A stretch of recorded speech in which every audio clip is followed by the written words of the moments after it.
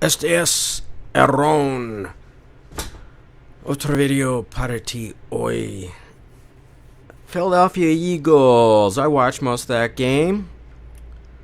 It was kind of entertaining. It was kind of a blowout, but it really wasn't. Paradox, I guess. Washington actually scored in every quarter. Philadelphia scored in all of the last 3 quarters, and they scored 17 in the second quarter, and they built a 17-point lead. So late in the fourth quarter, Washington scored a touchdown, but really by then it was basically over. It was like 34-17. They tried an onside kick that floundered, and then there was a call, I think probably the third or fourth quarter. I was a bit perplexed. There was a 3rd and 1 that I didn't think that that Philadelphia got the first down on, and I didn't understand why Washington didn't challenge it. Maybe they didn't think that there was irrefutable evidence, or they didn't want to lose a timeout. But other than that, I didn't think there were any major controversies. Not a rigged game, like a couple weeks ago or with the Patriots over the Jets. That was not a fumble. That was just a made-up bullshit call, but that's just me. One turnover advantage. Washington turned it over twice, one interception, one fumble, and then Philadelphia had a interception. So the turnover margin was just 2-1. That didn't really factor in too much. Usually they do, but it wasn't too big of a factor. It was a pretty even statistical game when you look at the box score. Kirk Cousins threw for 303 yards. Carson Wentz threw, I think, for 268. He's leading the NFL now with 17 touchdowns and only 4 interceptions. And that leads all quarterbacks. And let's see, he's only a second-year quarterback. Coming into the game, he had 13 touchdowns, 3 interceptions, so he threw 4 touchdowns, 1 interception in this game. Philadelphia has the NFL's best rushing defense and per yard. They probably still do, because they only gave up 75 against Washington. As a matter of fact, I would say late third quarter, early fourth quarter, Carson Wentz had more rushing yards himself than the entire Redskins ground game. He finished, I think, with 63 yards rushing, so he's a mobile quarterback. Something that the Denver Broncos need. I'm not a fan. I don't have a specific team. I was a Broncos fan for many years, but I don't have a favorite. None of the sports that I make videos and blog about, I don't have a favorite.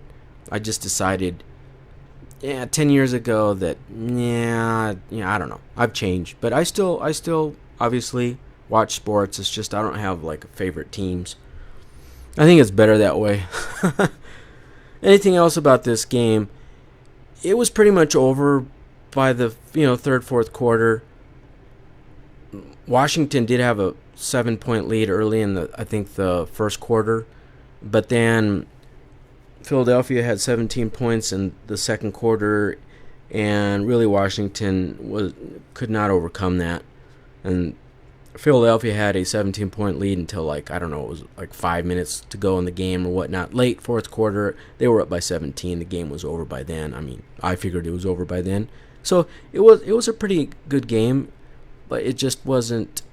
Just Philadelphia controlled most of the game, although statistically, it's pretty even. You know what I'm saying?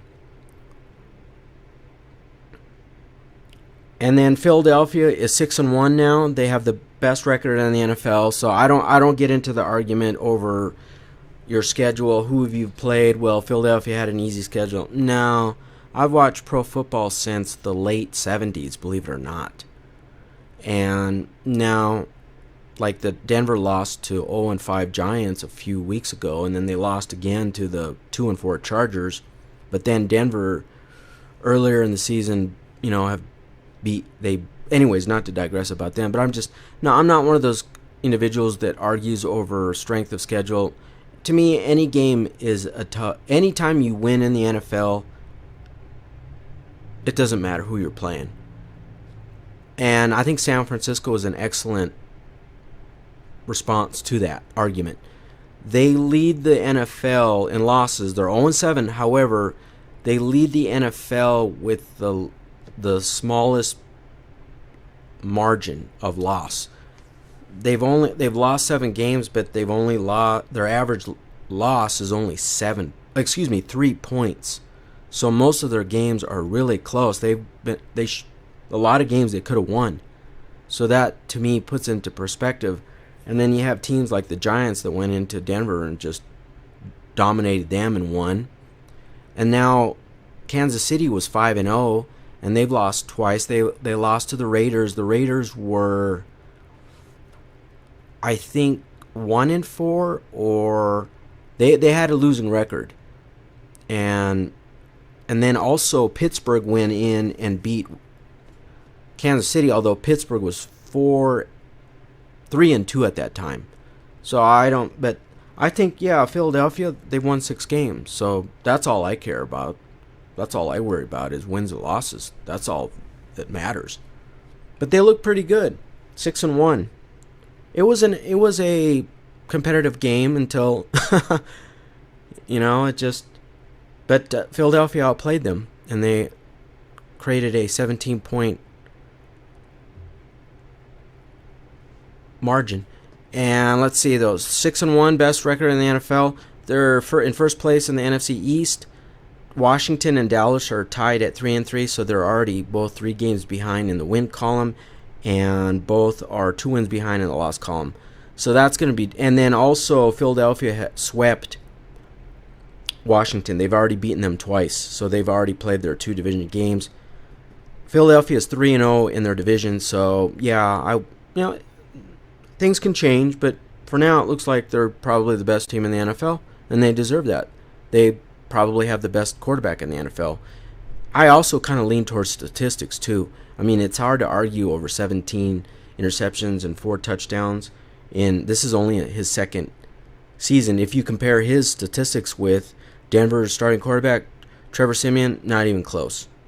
But Kirk Cousins he's not having a horrible season either. I think he threw 1 interception and had 3 touchdowns, but they still lost. So, adios!